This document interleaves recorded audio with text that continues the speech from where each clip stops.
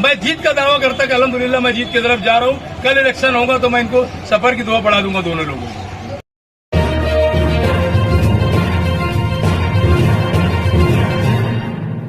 देखो, मैं सोच ही नहीं सकता था जो आज मुझे वहां पर रिस्पॉन्स मिला अल्लाह के फजल करम से कि मैं आपको जो हम लोगों ने वीडियो बनाया, अगर आप वीडियो के अंदर देखेंगे कि हम लोगों को क्या चीज नहीं वहां पर नसीब हुई, अल्लाह का करम है। ये लोगों ने हमको हाथों हाथ लिया।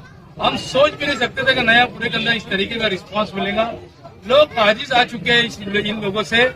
माजी आमदार शेख आसिफ हो या आज के आमदार मुफ्ती इस्माइल हो, कांग्रेस पार्टी का एक अच्छा नुमाइंदा, एक दबंग लीडर शहर को मिलने का अच्छा जा रहा है।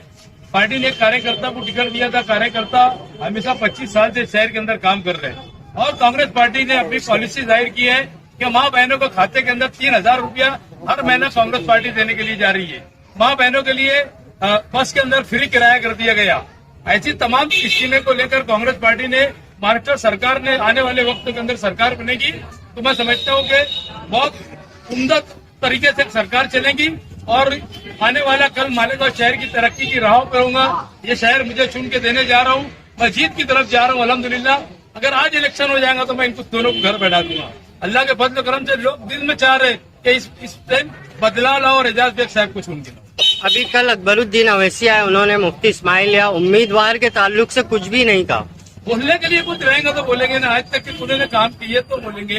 वो बोलने के लिए क्या है? उनके बारे में, अवैसी खानदान के बारे में ये बोलना जरूर है कि बिहार के अंदर उन्होंने सीट को गिराया, एक मेडिकल कॉलेज ले लिए।